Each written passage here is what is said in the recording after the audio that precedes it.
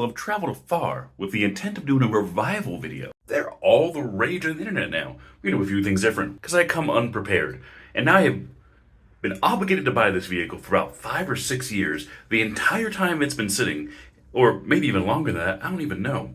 We're talking not anything cool, not anything fun, not even anything unique. This is a 1994 Ford Escort. Why do we do these things? I have enough things to revive and restore. That guy in particular, what a gem. Soon, you've seen videos on the wind here. This is central Montana wind. Let's get. Tundra won't let us down, that's for sure. I've long been a fan of imports, and when I was growing up, there was still a stigma about it. Even in, Montana, driving in one of them foreign jibs, driving one of them, you might get it keyed just for no other reason that you're driving a Honda or a Toyota or something. And people used to derogatorily call them, a soulless Japanese appliance, which is odd when you consider the American offerings in the early 90s. Which was absolute junk. This is a 94 Ford Escort. Now the Ford Escort does date back to the, I think, early 80s, and it was meant to be like the import market, the Germans, the Japanese, and you don't even count Britain, whatever, they don't exist. Europe shouldn't exist. We had a whole war over that. But the import market had these small, interesting vehicles. It wasn't about trying to get more power out of the thing. And although I remember my first time driving like a 81 Toyota Tercel, and it had all of like 60 or 70 horsepower, nothing. I think it weighed like 1,800 pounds or something, but it was fun. It put the fun back into driving these little import things. And thinking about the American offerings at the time, the Ford Escort, we marketed these small things different, and we really maimed ourselves with this, or at least the domestic manufacturer did. You see Harley doing a similar mistake nowadays, being idiots and really catering directly and almost exclusively to this big macho market. I mean, how many cars can you sell through penis envy? Only half the population has them, first of all. And of that half the population, only so many of them are concerned about how big it is.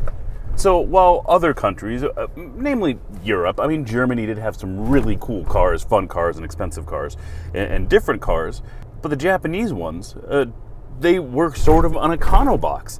I mean, they were labeled as an econobox, soulless Japanese appliance.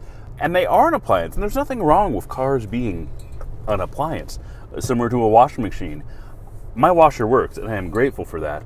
But do I think it's cool? Am I attached to it? No. And for the majority of people, driving is like that. They don't care. What does it matter? Something like a Ford Escort, which is a vehicle designed to be economical, cheap transportation, and a little more in America makes sense. America didn't get the cool Ford Escort. So while Europe got the cool and even all-wheel drive Ford Escorts, America got an econobox. In fact, most of the time you didn't even get the good motor. You got the Ford designed 1.9 liter, which is, I wouldn't say stout. It's unexciting. It doesn't have enough power to really break itself at all. So it doesn't really matter. All right, now we wait at the ATM. America, nobody cares about a Ford Escort. In fact, you can get a Ford Escort Pony in the early edition of the Ford Escort, and you think Pony is like, oh, they give you 20 extra ounces in the engine or something, but no. It's the no-frills version. They advertise it as the car for somebody who wants basic transportation and nothing more. No options. I don't think they even bothered with sound deadening. Maybe not even a small market for cool vintage appliances, because people don't care. Your 10-year-old Ford Escort needs a head gasket. You're not going to bother. You're going to go out and get yourself a Toyota Camry because that's what you did in the early 2000s. But a Ford Escort, why not? I think it comes with like 85 horsepower, and I know this one has the 5. I would not be buying it if it was an automatic. That's another death sentence for these American cars, and it's something that's going to happen every single time. Why can America make an automatic transmission? The country that invented the automatic cannot make an automatic transmission that lasts more than, or in the 90s, more than 100,000 miles. That was common. Nowadays, you're lucky to get 150, 200, even out of truck transmissions, it seems like. With 85 horsepower, you have no room for a slush box, and these automatics definitely were. Takes all the fun out of it, and it's also just going to blow up on you. I've been to this guy's house in a many year. Let me see if I can find it here without the address, because those country boys don't go by addresses. You go to the old Anderson place, and then it's about 3 clicks to the west. This is what $100 get. Damn, this Great Falls wind. Central Montana wind going to ruin this. Of course not. We can break into her. Oh, it's even got jumper cables. We're going to need them. Oh, we had nice Yokohamas here. What year? Well, this is great. Motherfucker. Damn it. Well, I knew that would happen. No respect for property rights at all. But it says it's for the flying guys. They seem pretty annoyed. You don't have to worry about the paint much. Get off there. Get. No crawlers. Yeah. Well taken care of. Got a new timing belt. 2016. I see a new alternator. We're starting off great. Don't come back in. Almost guarantee that's stuck. Parking brake. They always get stuck. Click on. See if anything works in there. Things are too smart for their own good. Safety check fail. I don't think so. Might have to do the real method of jumping it and seeing what happens. All right. Well, we're connected. Didn't receive the initial spark. So I pulled off. And nothing. So we're not taking any power. Huh. Check engine. Yep. That's an engine. I'll have to drive like that. Let us see. I mean, we have 3/4 of a tank of gas. That shows some promise. Nothing. It's alive. Oh. Beautiful. Why did the wasp choose there rather than the perfect hole? It's a Ford thing. You wouldn't understand. See how bad this is. How bad it burns when it actually is doing something. Oh, that oil burning smell. Yes. Now, she was a little tickety when she first started. I checked nothing. It was in such good condition. 2016 at 18032. And we're currently sitting at 31. I mean, definitely rolled over once. You know that. Or twice, looking at that smoke. We done smoke. Oh. These guys are angry. Still smoking a bit. Let's do our thing. All right, idle increases as I pulled the cables off. Good, we are strictly off alternator now. We're gonna do our first drive. We're gonna take our box now. Now, it didn't work before, but there was 0 volts on that battery. That battery's probably toast. But if it taken some charge, if it is some voltage, maybe it realizes that the battery exists. It's having trouble staying going, so giving her some rip'ems here. I mean, there's going to be some growing pains. We know that. Up and down and up and down and up and down. Well, it's not stalling, just...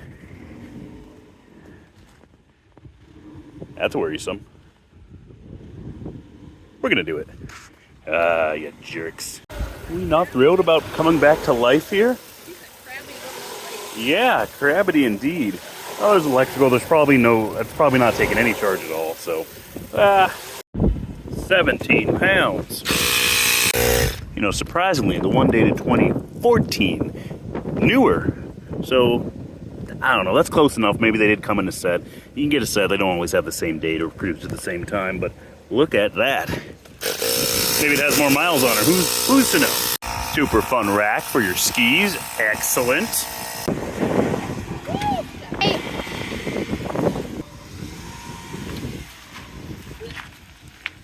That smells terrible. It's quite feisty. We can't legally... Well, that goes up there. What in the holy And then there's... crap? Here, you are secured. So, Does the radio even work? hold on, we'll get to the radio. Ugh. Is that an old dual unit? Oh, no, not dual. Might as well be VR3. Okay. It turns on. Let's find it. But first, we got question. Push button AC. Now, when I flip this on, is my idle. I don't hear a compressor. I don't like how low it is. We're gonna have to lift it. This is the first time it's been on the road in 5 years. We're going 45. You get to show that scenery there. What? Okay, well... Oh, Cows! well, I already checked the engine, and it was in fact still there. Flat out climbing this small hill. Art. Beautiful scene from the dash of a 1994 Ford Escort. Ooh. can smell the oil burning. Yeah, clutch not so responsive. Whoa, there's so much smoke. Oh, jeez. Okay, can I stop it? Whoa. Okay, so you can do that again. That is so much smoke. They don't give you a whole lot of suspension to work with here, but you know, these things are perfectly designed for the trailer park, so it ought to be able to handle these roads. It's the Ford Escort's natural habitat. I drove it many miles. I can almost guarantee that this battery is... Dude, I Yep. want it, Dad. I want it over here. What over there? Oh, it goes back.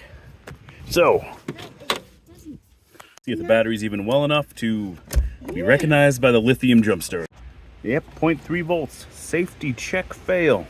Of course. What good are these things? This is what's gonna happen here.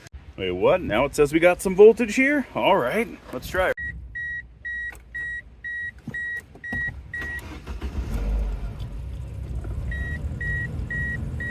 Alright.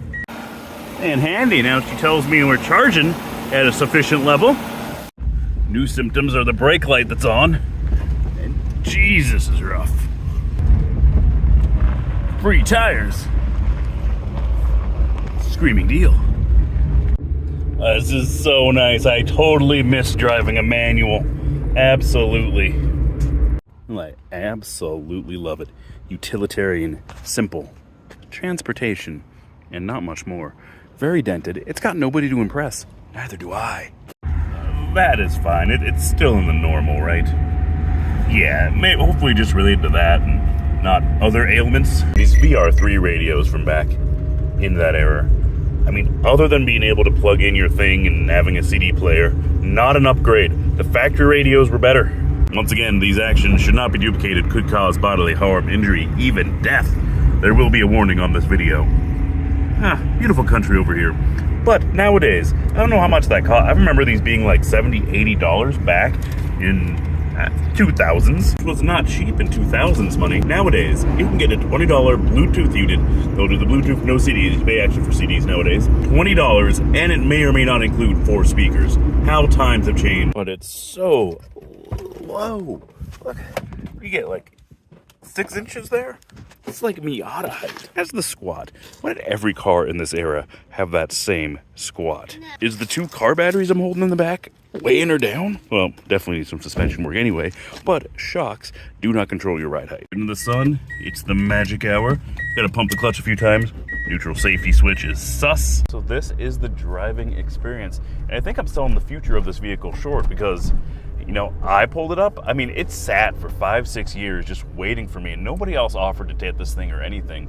So it's just like a kid should have stopped by. A teenager should have stopped by and asked the questions. It's not a cool car. It's not a fun car. It is a cheap car. This is the soulless domestic appliance and not much more. Basic transportation, and that's it. But this I actually find funner and cooler than the cars that people crave for. I like square bodies, really love square bodies. Had a C20 for a long time. Actually had 2 C20s, then had an OBS, and before people thought they were cool. This is the magic hour. We're flat out. So this is a soulless domestic appliance. It was not meant to be taken care of. It was just like the Dodge Caravan of its time. It was meant to be used and thrown away. And that's sort of the thing that I find cool about this is nobody else, who else is making videos about a Ford Escort? Yeah, you can find some tech videos on putting a timing belt and water pump. That's pretty much all these things ever need. No one's rebuilding a transmission in these things. This doesn't need to be. This is the Mazda transmission, and she is a gem. In fact, I think Ford gave up on manual transmissions entirely, which is why any Ford of this era with a manual has a Mazda transmission. Some teenager has been deprived of it, and also the teenagers had forever to come get it. I got the seat all the way back, so that's a little bit different.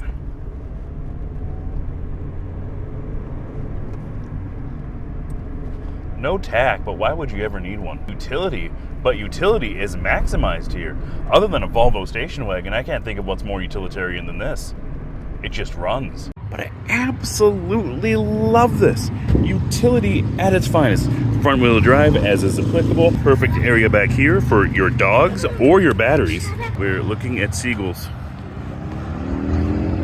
Isn't there a guy on this YouTube that already does the seagull business? It's coming right for us. I love everything about this. These is the mover and shakers of our world. Just like being a blue-collar worker is a thankless job. I mean, you get paid for it, you get bought, but shooting straight into the sun, so hot right now. Soulless appliances, leaving the Target. Back in this thing and actually conclude this video. That sounds fun. This is what we're doing here. The things that people forgot. The washing machines of cars. There's plenty of cool cars, and they get lots of attention and lots of love. But just like the blue-collar worker, this gets none of it, yet it's completely necessary for our advancement as a country.